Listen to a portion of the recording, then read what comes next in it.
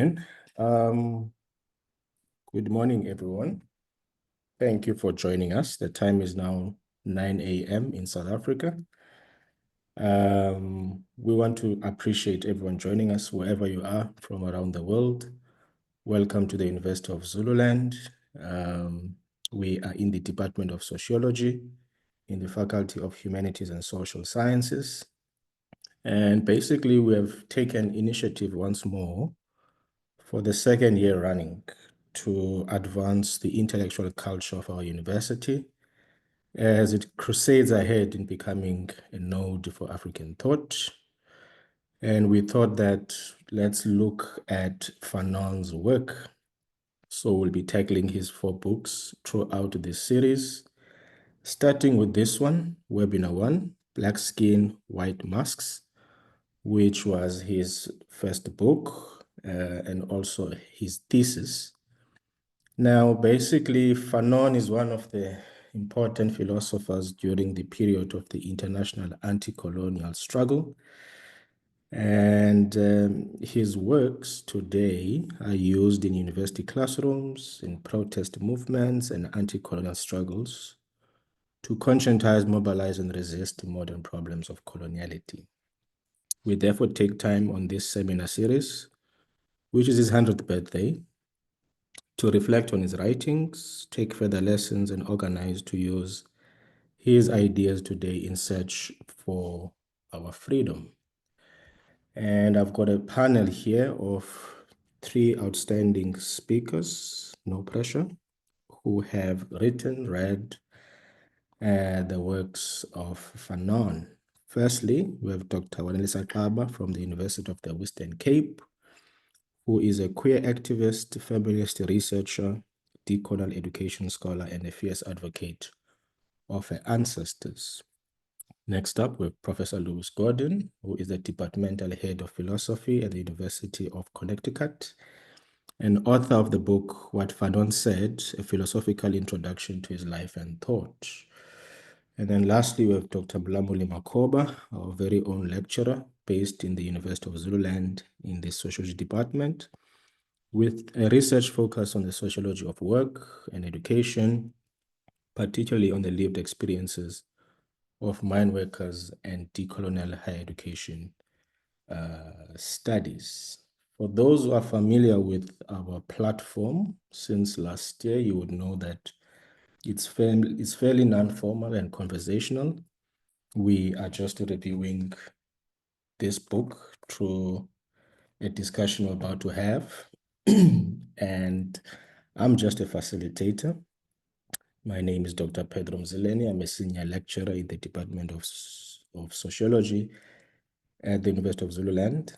And I've got a team of my colleagues whom we have all conceptualized this project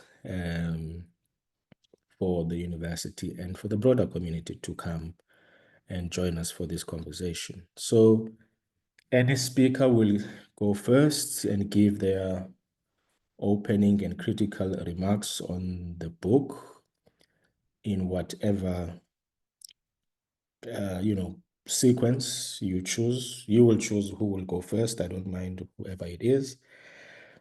And then afterwards, I'll read a section on the book for a second round of conversation. And then thereafter, we will take questions and comments from the floor. So if you're listening and you have something to say as a comment or a question, you are also welcome to type it out on the chat box. And I promise we'll get to each comment on the chat box as we go along the conversation. We'll only be here for an hour. By 10 o'clock, we'll be done and we'll be out of here. All right. So, black skin, white masks. All right. Who wants to go first? Well, if you don't mind, I'd like to say something connected to when you introduced the text. It was actually proposed as his thesis, but it wasn't accepted by the professors at Lyon.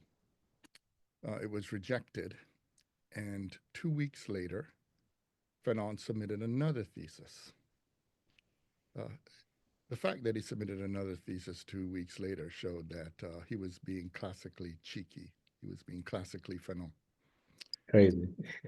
Yeah, and and Black Skin White Mass wasn't the original title. So the original title was Sur la Désaliénation le Nègre. Translated, it means on the no, it wasn't on the Nègre. It was on the Noir. Okay, so Sur la Désaliénation de Noir, on the disalienation of the black. Okay, the black. Uh, the accepted thesis was on Friedreich's ataxia, which is a degenerative disease. And we could talk about that in a future time. But Fanon then took Sur la Désaliénation de Noir, which his brother Joby Fanon said, that's not really an accurate title. It should be entitled On the Disalienation of the Black and the White. Mm. But anyway, Fanon submitted it to Edition de Seul. The editor was Francis Janson, who was a student, a protege of Jean-Paul Sartre, the French philosopher. Fanon went to him, and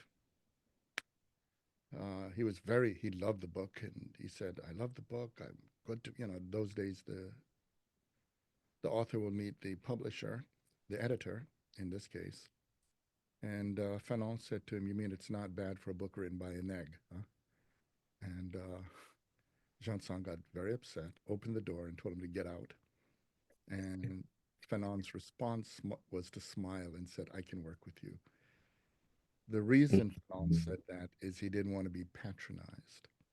So the two men developed a really good relationship, and Janson said, I don't think the title works.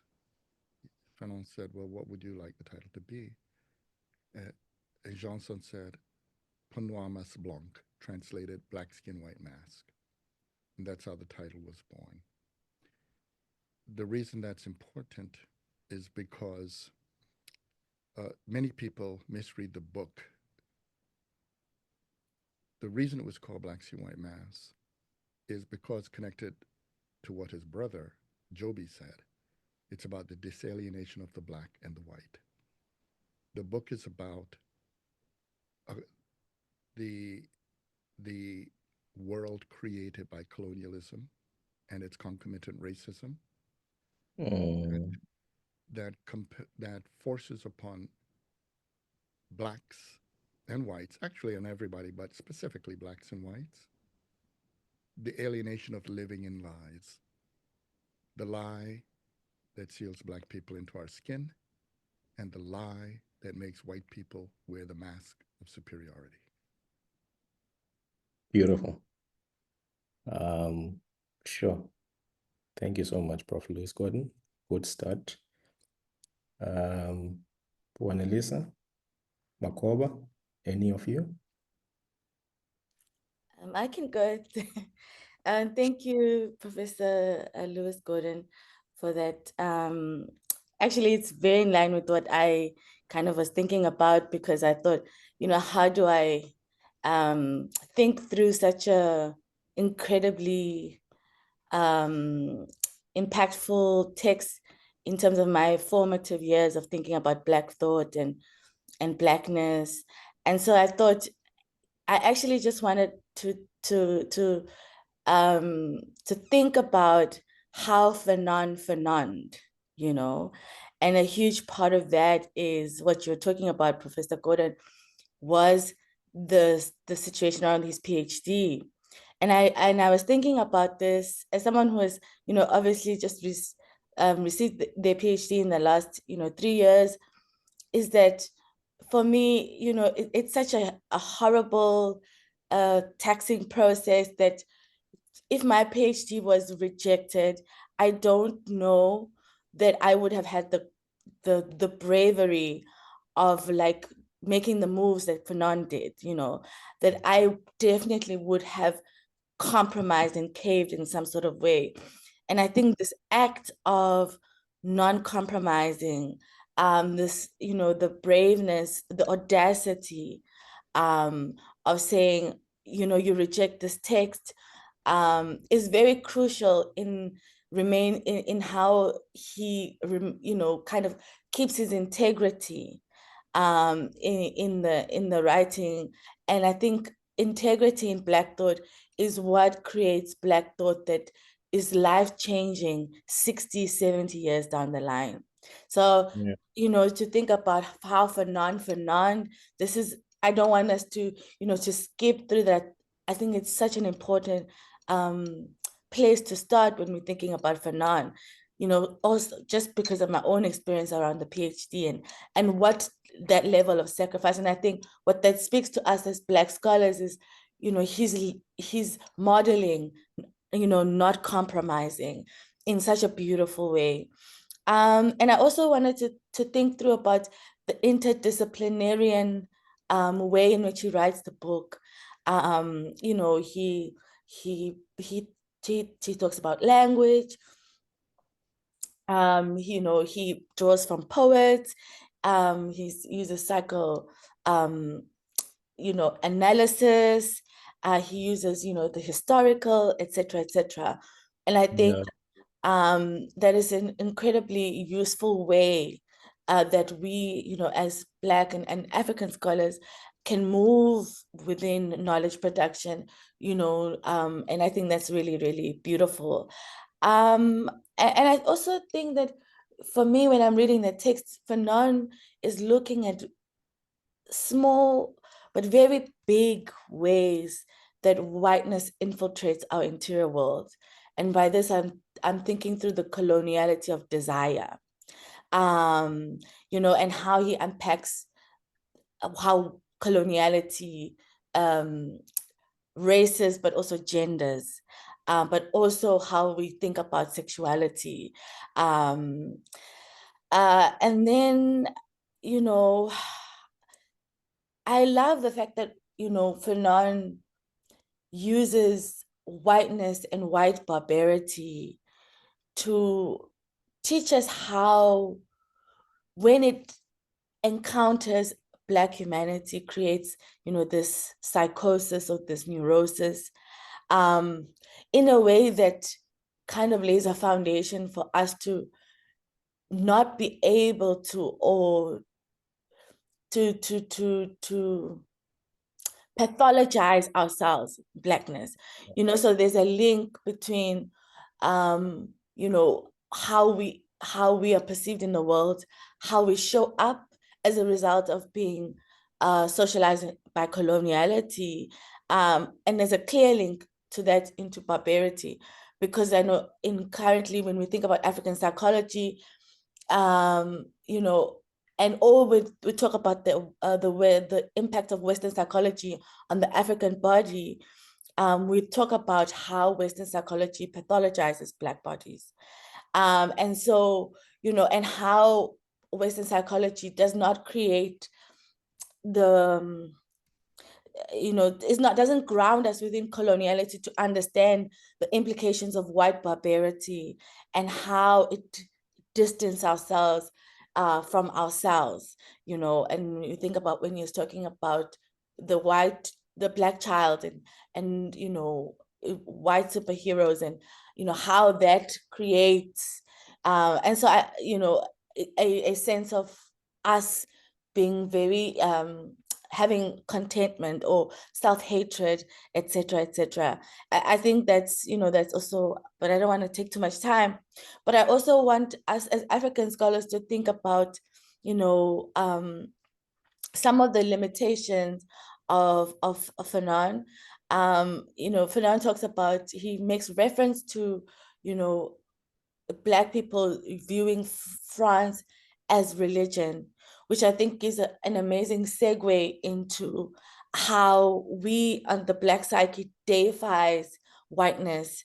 But I also think while this is so important, I think there is a limitation to Fanon as African scholars, because I think that for us, and I think for many other Indigenous and Black and people all over the world, our cultures and our sense of how we understand who we are is incredibly linked to spirituality. And I say this as a healer, you know, or someone who has initiated in African spirituality, is that you know, the way that we can honor Fanon, I think, is, you know, thinking and pushing through how, as African scholars, our indigenous worldviews are very interlinked with the spirit world. And so when we think about the damage of whiteness in the psyche, we also need to think about the damage of whiteness in the spiritual realm of African people. And hopefully I can expand on and answer any questions. Thank you so much. Sure. Thank you so much, Wanelisa. Mlamuli, your opening thoughts. We're still on opening thoughts, so just hold on to other thoughts for the conversation down the line. Makhoba, sure. Okay, thank you, Doc. First and foremost, Doc, for some reasons not known to me, my device is named Smangele Cele, so I'm Smangele Cele, yeah, Doc. I don't know what happened. Your spirit lives. Thank you, man. Go ahead. Yeah. Doc, when I read this book, it was kind of mind-blowing. My approach after reading the book, I thought it would be a perfect tool to analyze and understand South Africa, like the modern South African. Maybe if we can start from apartheid till now. Like what is going on in our societies, the relations between white and black. How are those two groups interacting? There's this mentality of dominance. Is it still there? When you look at the Fanon psychoanalysis of the colonial subject, has that mentality of South Africa being a colonial context has changed? Have we moved from there, or are we still stuck in that? And then for Black people, do we still see ourselves as inferior, or do we see ourselves as the equals of the white people? Or the white people, do they think this? Do they still see themselves as superior to us? Do they still see themselves as having a superior culture than us as Black people? And I believe this book, on its own, it can be used to understand South Africa as a whole and where we are going from here, and where do we come from as a nation. Since the book was written, I think in 1952, if I'm not mistaken, have South Africa changed from how it was back then till now, using this book as a tool of analysis? Let me just be short, though. That is how I've captured the book so far. Yeah. All right. Thank you. Thank you, Dr. Makhoba, and congratulations on your PhD graduation last week. Yuaneter, which is Meduneter, ancient African language for blessings and congratulations. No, congratulations. And it's interesting that we're talking about a thesis on the opening remarks as we go along. So from the opening remarks, I'm just going to read one part of the book. The book, for our students in the room, or anyone who has joined us, who has an interest in getting the book, at the University of Zululand, as the Sociology Department, we have added more copies in the library. So please go get it if you are interested in having a read. It's a very good read, written in an accessible language, for sure. So back to my panel. I just want to read one part of the book, and then we can have a conversation around it, and then open the floor for questions and comments. So I'm just going to select randomly on the Black man in language, because I think it's going to encompass the whole theme of what we're talking about. So there's a popular quote that people like to take out out of context. The one that says to speak means being able to use a certain syntax and possessing a morphology of such and such a language, but it means above all assuming a culture and bearing the weight of a civilization. But I just want to read where that comes from in its full context, so that everyone can get a picture. So, Fanon says, all colonized people, in other words, people in whom an inferiority complex has taken root, whose local cultural originality has been committed to the grave, position themselves in relation to the civilizing language, i.e., the metropolitan culture. The more the colonized has assimilated the cultural values of the metropolis, the more he will have escaped the bush. The more he rejects his blackness and the bush, the whiter he will become. Let me pause there. And I think the aspect of language in the masks that we are talking about becomes quite crucial here, because also in our undergraduate second year class on sociological theory, we were reading Oyeronge Oyewumi in the past 2 months, who says he uses gender to gather evidence of the damage of colonialism. And language actually has gendered but also racialized how we think, how we theorize, even how we love and view our social relations. So in the aspect of language, you get those layers of coloniality such as racism and gender that comes out. For an example, where a woman in one interview says they never used he or she referring to children. They were just children. So if you say she went to school, you can't translate that directly into an African language because African languages are not necessarily gendered. So I just want to hear your thoughts around this aspect in any order once again. Well, actually, I have a lot to say on that, but I'll try to make it brief. To understand, to get a sense of what I have to say, I should mention certain preliminary things. The first thing is the um, the thesis was for his medical degree, but he had 3 degrees from Lyon. They were in philosophy, sociology, and medicine. And he had degrees in 2 kinds of medicine: psychiatry, forensic psychiatry, and clinical psychiatry. But the book itself, this is to give you a sense of the book. Uh, Fanon was actually doing multiple work with the book. See, the book is not only to examine the posed problem, the disalienation of human beings, basically, but it has another task. And the other task is also the decolonization of what it means to administer therapy. Because you see, the thing about psychiatry as a human science is that its goal is to make the patient at home in her, his, or their world. The problem, of course, is if a colonial society is committed to the dehumanization of a person, to make a person at home with their dehumanization is to commit harm. Yeah. So you see the problem. So that's it. So there are 2 phenons in the text. I love that um, turning phenon into a verb, phenon. It's rather interesting there.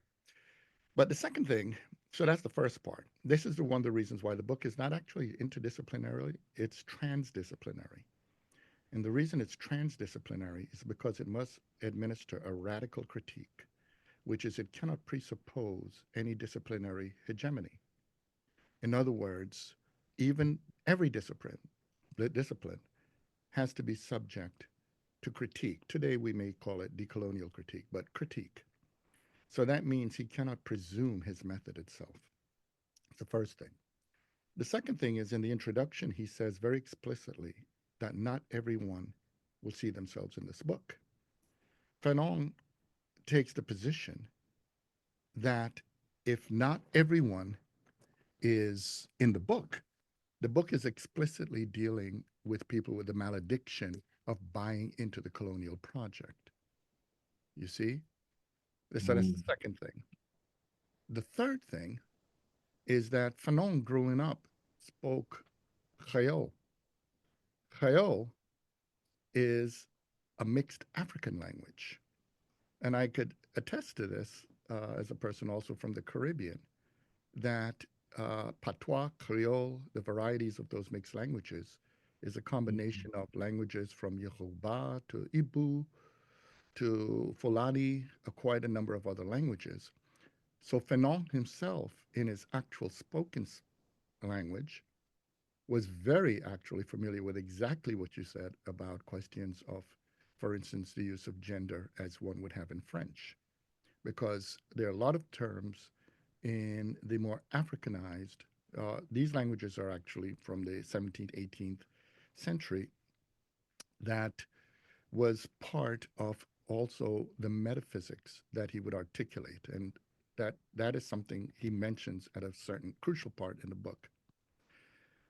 The next thing to bear in mind is that because of this, Fanon, again, he's not actually arguing that black people wear white masks. He argues that white people wear white masks. He's arguing there's something different that goes on with black people. And happens also at the level of translation, because when I wrote on the book, I used my own translations. The translations that are available in English are premised upon certain conventions that don't really work, even with the French.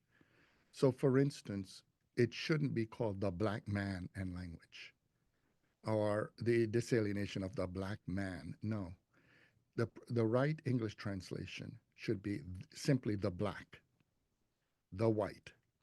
When he means gender or sex, and he's subtle. He makes a distinction between gender and sex and sexuality. He specifies it.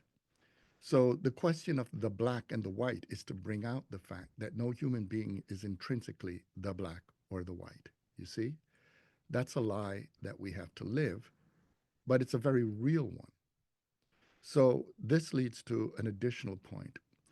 The thing in his, not only in Black Skin, White Mass, but also in his accepted thesis on Friedreich's ataxia, Fanon engages what's called structuralism, which is a more subtle conception of language. And you notice he said the word syntax. He didn't say simply names. He said phonemes, various structures. What is crucial about this is that, and he brings to the forefront the complexity of meaning.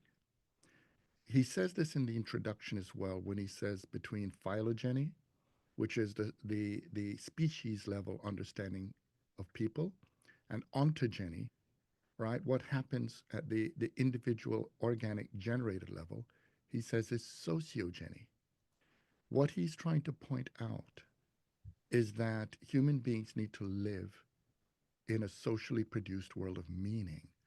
And Yeah. what colonialism is trying to do is to block that sociality into something familiar in the South African context, which is apartheid. In other words, to change people into separate contraries. But the problem is meaning is dialectical. It requires interaction. So what Fanon is now moving to in his analysis, in that part, are the black people who buy into the idea, and it's usually the petty bourgeois black people, the black people who believe that somehow if they can master the language, you notice the word master, that they could be ontologically, that means in their being, transformed. But here's the rub, and I'll stop here. The entire book is about lies. And the book each chapter, you could know, if you want to read the book in a more subtle way, remember that every chapter except the introduction and the conclusion is about failure. So whatever he announces in a chapter is going to fail. His point is that this system is going to fail precisely because if you buy into the idea that you're absolutely ontologically the black, then there's only one solution to become the white. But if you buy into the notion that the white is perfect, you're just putting a mask on. That's a lie, because what every white person knows, and excuse my language, they eat, sleep, and shit like every other human being, but they need to lie to everybody that when they defecate, the toilet smells of roses. In other words, it's an investment in a lie. And when you invest in lies, you invest in living failure. Thank you, Prof. Thank you, Prof. Gordon. In whatever order, once more, Dr. Xaba, Dr. Makhoba, and then we'll go to our chat box afterwards.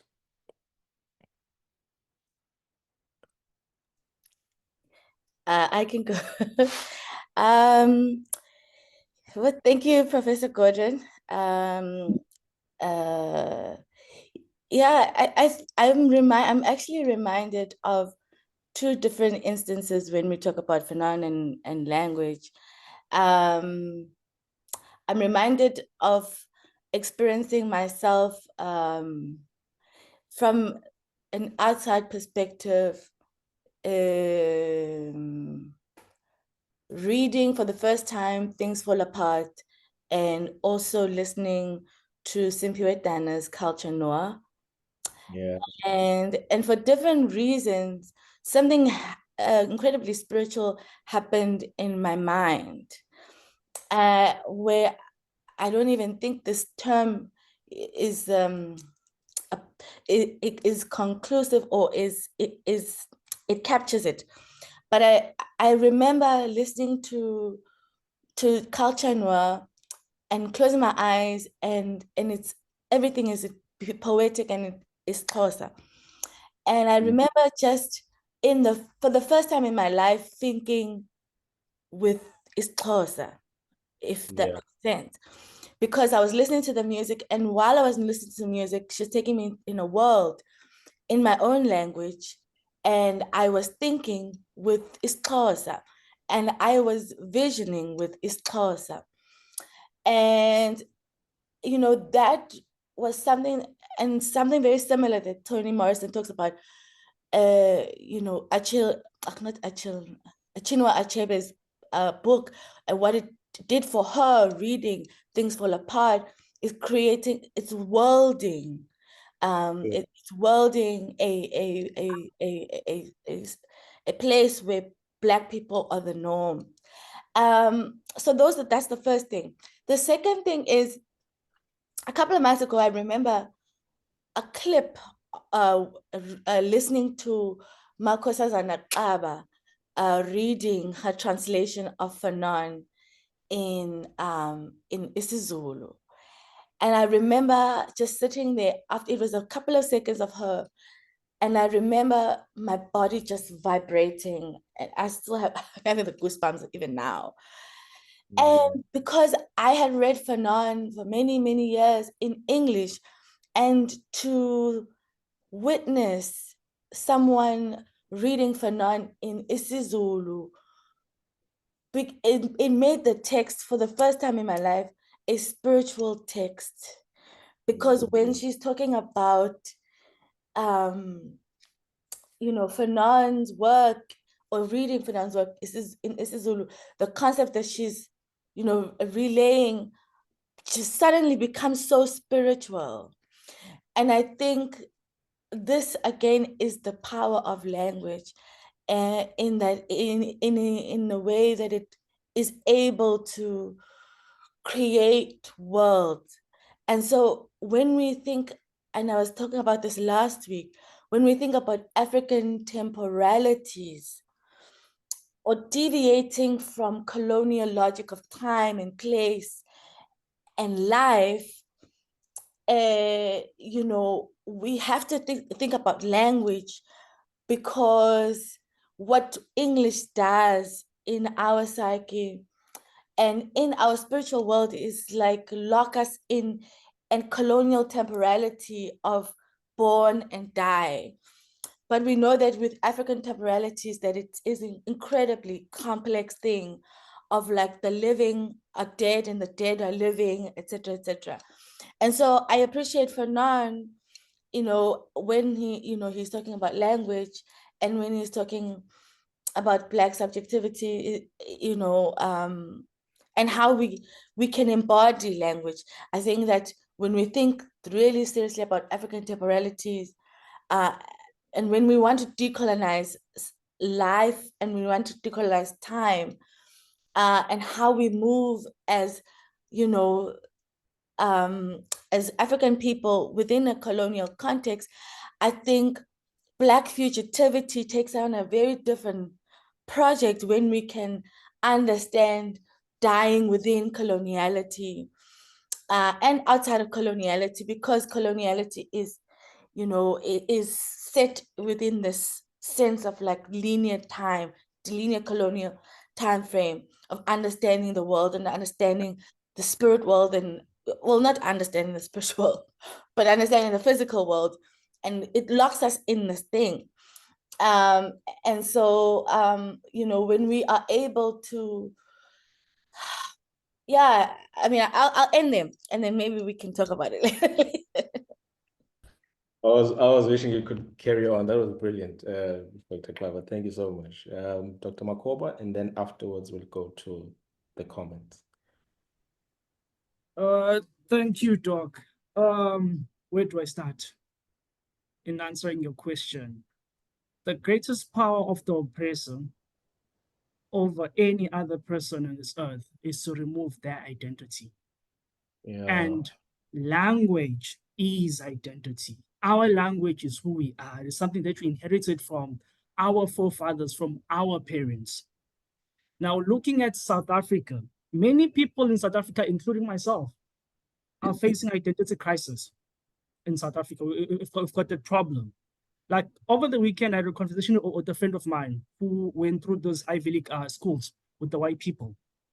And then during our conversation, I asked him, would you date a girl from the deep, deep rural areas in South Africa? He said, no. My question was why? He said, we're just two different people.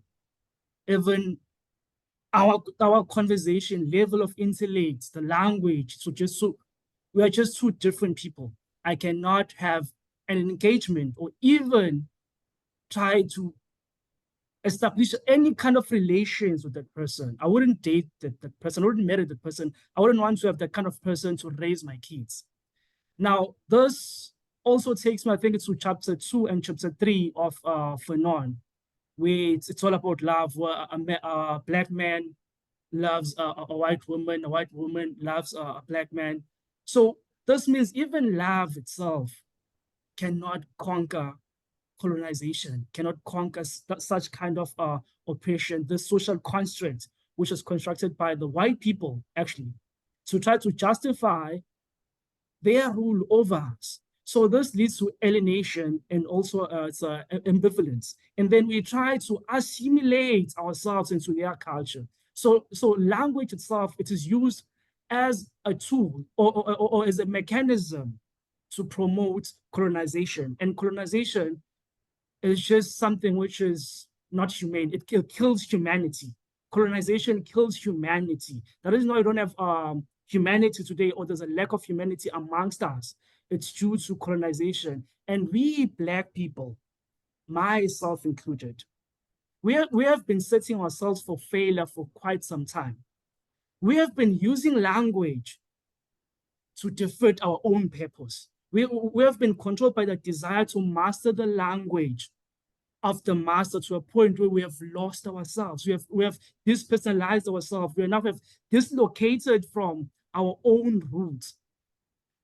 I can bet you that all of us here who are Africans, especially from South Africa, from it could be from the Amazulu nation, Xhosa nation, Ndebele, Sesotho, Setswana, we cannot finish a sentence without incorporating a word of English. We cannot have just a proper conversation amongst ourselves and not include English. And we have lost the meanings of our own words. So, and also what Fanon said, what Fanon said here, which was said by in presenting his psychoanalysis, where in order for one to exist, language is needed. For a Black person to be regarded as civilized, for a Black person to exist, for a Black person to have a cultural heritage or history, that person must master the language of the oppressor. And I like to bring in Karl Marx on that. Karl Marx disagrees with that notion. Well, we all know Karl Marx comes from, it always comes with this perspective of economy and then all of that. But Karl Marx argues that for a man to exist, a man must work, a man must live, and we need one another. He says nothing about language, he says nothing about color, but for white men, for one to be civilized, you must go through the process of culture dismemberment. You have to disintegrate yourself from your own family, from your own language, from your own identity, from your own heritage, simply because before a white man came to your physical space, you did not exist according to Fanon's black skin, white mask. And it is true, Doc. The whole, I think it was Professor Gordon, the whole book is based on a lie which has been sold to us Black people, and we've accepted it, we are living it, and the most painful thing is that even the white people have accepted their own lie. Let me stop there, Doc. Right. Thank you so much, Dr. Makhoba. All right, I'd like to use the next 10 minutes for a conversation. So we are now opening it up to the floor. You may raise your hand if you want to say something, and obviously keep it brief. Straight question or straight comment, not more than 60 seconds, please.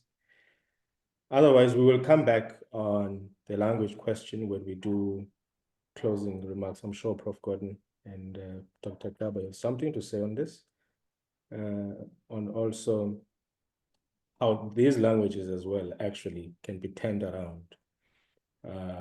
You become There's you. someone with their hand up. The sofa. Clasper. Yes, thank you so much, and good morning, and thanks, Prof. Goran and fellow colleagues on the deliberations. I read Fanon when I was undergrad, and continuing to do so even at the moment for my PhD. But trying to reflect on my experience as a Black person in relation to my fellow Black persons is, and the relationship and the treatment of one another there. I tend to see perhaps this may also seek some sort of an intervention to look at to what extent Fanon can also contribute into understanding the impact of this colonization and colonization of the mind and this white mask that is not only about the relationship between the Black people and the white people, but the Black people themselves, how we tend to also wear this mask and not only symbolically, but in terms of how we treat each other in terms of our reasoning, how we reason one another, how we also intellectually produce knowledge that represents our experiences, and how we use this mask of superiority among ourselves, and create a harm to one another without even a white person involved. I see this a lot, where you find some fellow Black people also have this mask of superiority over their fellow Black people. And I don't know how Fanon can assist us to really navigate that. Thank you so much. Thanks, Clasper. Feruzi?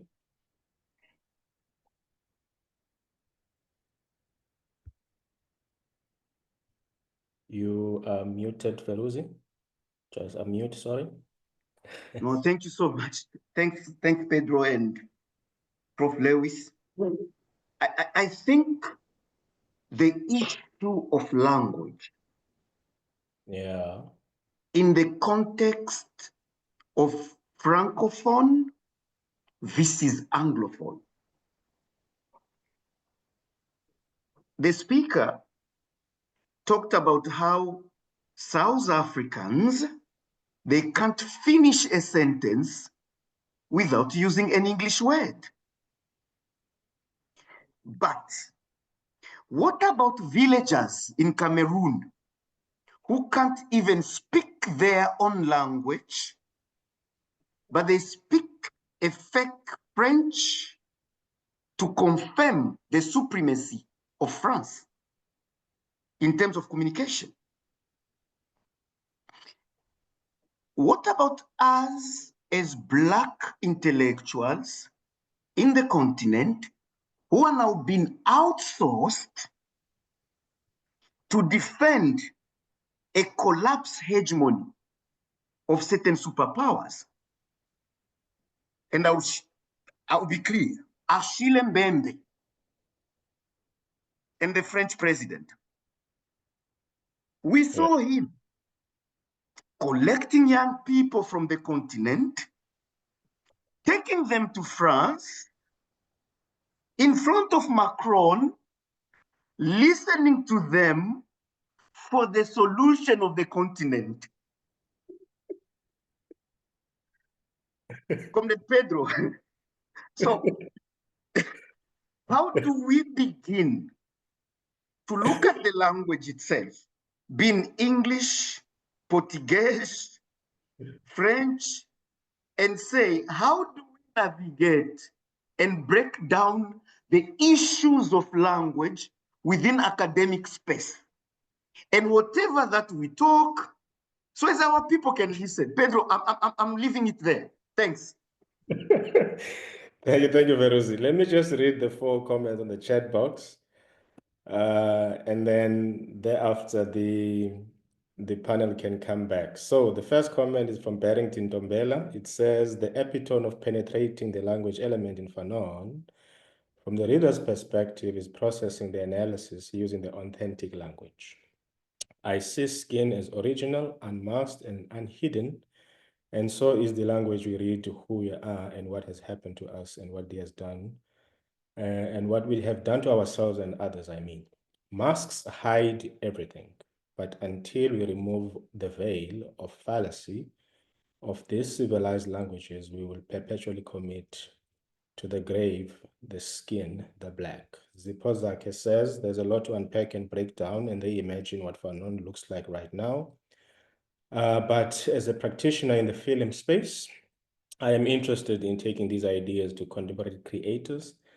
In a way, this is another way and form of this translation of Fanon's work. We are still dissecting his work in English, so what does it look like for the sessions to exist outside of English as well? Simpiwa says, what you just said, Dr. Makhoba, is profound. Thank you. Then Londega, thank you, Dr. Makhoba. Language is a door to culture. Zenzile, language doesn't just describe the world, it shapes how we feel, sense, and even smell the world. Language is a building block of self and psyche. It transports culture and a sense of being.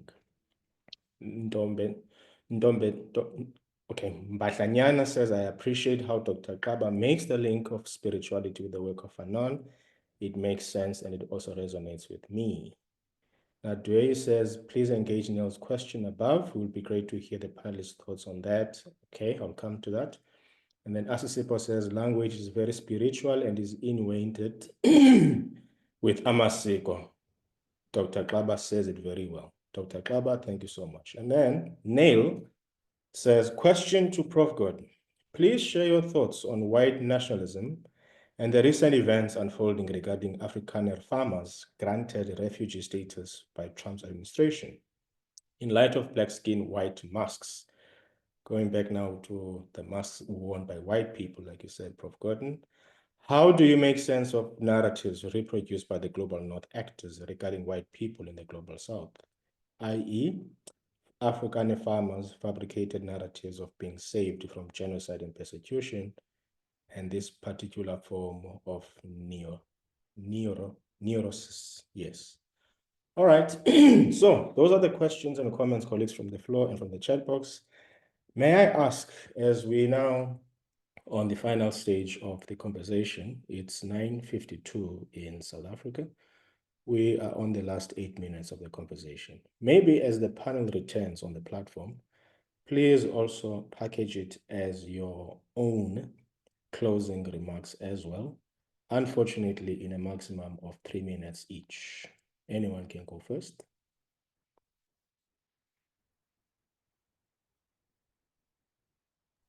I went first all the other times. I think one of my colleagues should go first. All right, Dr. Makhoba, Dr. Xaba, anyone want to go first? Your closing remarks in 3 minutes. Okay.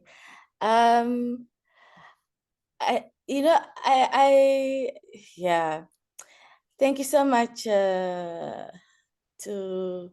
Uputi that was asking, that made the reference to Cameroon. First, I think that if we have to be very realistic in terms of our expectations of Black academics, because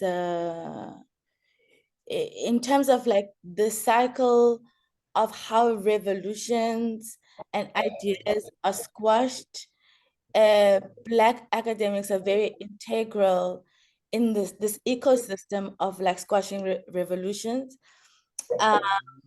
Unless I think they do the incredible, deeply spiritual work of undoing a coloniality from a spiritual and a psycho level. And so, you know, whenever we've seen this with Rose Must Fall and Peace Must Fall, that there's a revolutionary idea, and you have the powers that be pumping money into academia in order to squash and to appropriate the revolutionary ideas around Peace Must Fall and Rose Must Fall. And within that, the Black academics' role in being more institutionalized, getting more funding in order to make meaning around those ideas. So I think we must be very honest that Black academics are very crucial in this ecosystem of coloniality and squashing revolutionary ideas, unless they've done the deep spiritual work. But I want to go back to, again, the idea of language as worlding, and not language to create a world or to create meaning, but to create a world in which we live in. Because I think that's also, again, key in how we understand how maybe rural people in Cameroon might not speak their own indigenous language, but speak like a French as an allegiance to empire, or an allegiance to the metropole. Because when we understand language as a sacred way of creating worlds, of understanding the world and of existing in different worlds, the spiritual and the physical world, we understand how, you know, coloniality then and its languages lock us again, what I was talking about African temporalities and decolonial understanding of time. When we understand, the colonial language and the colonial agenda, we understand, that the colonial languages a deep sense of spiritual alienation from ourselves. It's one of the first things that creates a deep alienation as ourselves. And I think as one of the people in the chat says, is that our language is deeply interwoven with our spirituality. And that's why when Makhoba Xaba reads Fanon, a translation of Fanon in isiZulu, it suddenly becomes spiritual because our languages are deeply spiritual and are deeply located within the cultural lexicon of African epistemologists. That's where I'll leave it. Thank you. Brilliant. Thank you so much, Dr. Xaba. I really appreciate that. Dr. Makhoba, your 3 minutes. Okay, Doc, there was no question directed to me, so I'll just make my closing remarks on the book and the session as a whole. I totally agree with my colleague, Dr. Xaba. The issue is the language. We need to decolonize the language. And at some point, Dr. Mzileni once said, even isiZulu as a language has been weaponized in higher education. It has been used as a tool now to colonize also Zulu-speaking people. And we also need to be very, how do I put this? We also need to look at our own languages to check, are they still authentic? Are they still the way we inherited them? Or they've been used as a tool now to colonize us, to be used against us, to appear as if we are still within the scope or within the practices of our of our ancestors. But yeah, let me just stop there. But yeah, the language is a problem. We need to look into it and try to resolve that issue of the language. Thank you, Doc. Sure. Thank you so much, Dr. Makhoba. Prof. Lewis Gordon, close it for us. Sure. I'm just gonna close with just a brief summary that I think would be very useful for the audience. There are 2 things Fanon says at the beginning of the text. I already mentioned one, which is that if you attempt to make a person at home with their degradation, that is a form of harm. So the book is ultimately to address one of the consequences of that harm, which is inaction. So, and he's explicit. He wants people to become actional. The second thing is he says in the beginning of the book that he'll be examining what are fundamentally narcissistic disorders. And by that, one of the things about narcissism one should understand is all narcissisms that are in the forms of a disorder are lies. It's lies we tell ourselves and lies we tell others. However, there is one narcissism he speaks of positively, and that's the narcissism of embracing our humanity. Okay? There are some people who are, say, they're anti-humanists, post-humanists, all of that stuff. And what he's saying is, if you're going to wear a white mask to say you're above humans, and you're going to wear a black skin that tells you you're below human beings, what happens to the human being? And what Fanon describes that is that colonialism is the attempted murder of humanity. Okay? The next thing is that what Fanon is giving a critique of is that, in terms of language, is that many of us have a distorted view of language. We think language is something we can take, like a vessel, or something we can be in, like a house. That's not language. What we are actually language. And what Fanon means by that is that no human being can live without meaning. And meaning requires language. So the thing we should understand is even the imagined version of the colonizer's language is a distorted one. English used to be a language of mostly verbs, not nouns. It's colonialism that actually increased nouns in the English language. Anyone who studies English will know that it is a very mixed language that borrows and transforms itself and adapts to the many cultures in which the British, the English speakers specifically, because British are not only English, expanded. So it means we should understand that language is more active. It is also what we could call spiritual, but we should define what we mean by spiritual. Fanon himself, for instance, in the Creole, because he spoke Creolized languages, wouldn't separate the humanity of a person from their body. That's why for him, a corpse is not just a corpse. And he says it in the text. So, very briefly to conclude, the chapter on language is to show the failure that happens when we buy into the idea of language as a thing. The other two chapters are not really about interracial relationships. They're about the limitations of a particular form of human science called Lacanian psychoanalysis. And what it's meant to show is that the performances of what's called a black woman there and black men is actually structurally the same because it centers and creates an imagined white man for legitimacy. The other chapters show the failure of recognition, and this is the crucial issue that many people miss.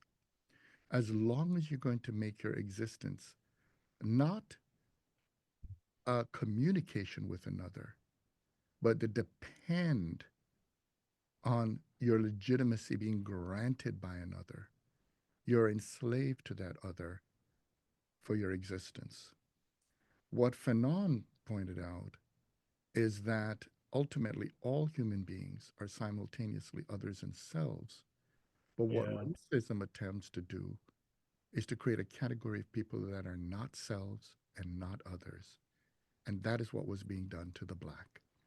So to liberate the black, one has to let go of recognition from the whites, but one should also not fall into the trap of a binary that closes the black into a thing.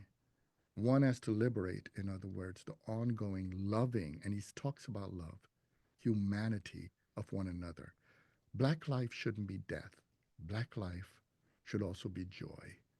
And we know that even in despair, as I've seen in South Africa many times, and I've been to rural areas, to townships, there are people who look one another in the eyes with love and affirm life. All right. On that note, this is where we're going to end it, colleagues. Thank you so much, Prof. Gordon, Dr. Makhoba, and Dr. Xaba for joining us this morning. We appreciate everyone who came into the room. As an announcement, webinar 4 on the 29th of May, we will be reading The Rest of the Earth in isiZulu, isiNdebele, and also isiXhosa. So please join us for that one as we make that experiment with our own languages on this platform. Otherwise, thank you so much, colleagues. Have a lovely day ahead. Sabulela and Koskakulu. Thank you for arranging this, Pedro. Thank you. You're welcome. The recording will be on YouTube next week. Thank you.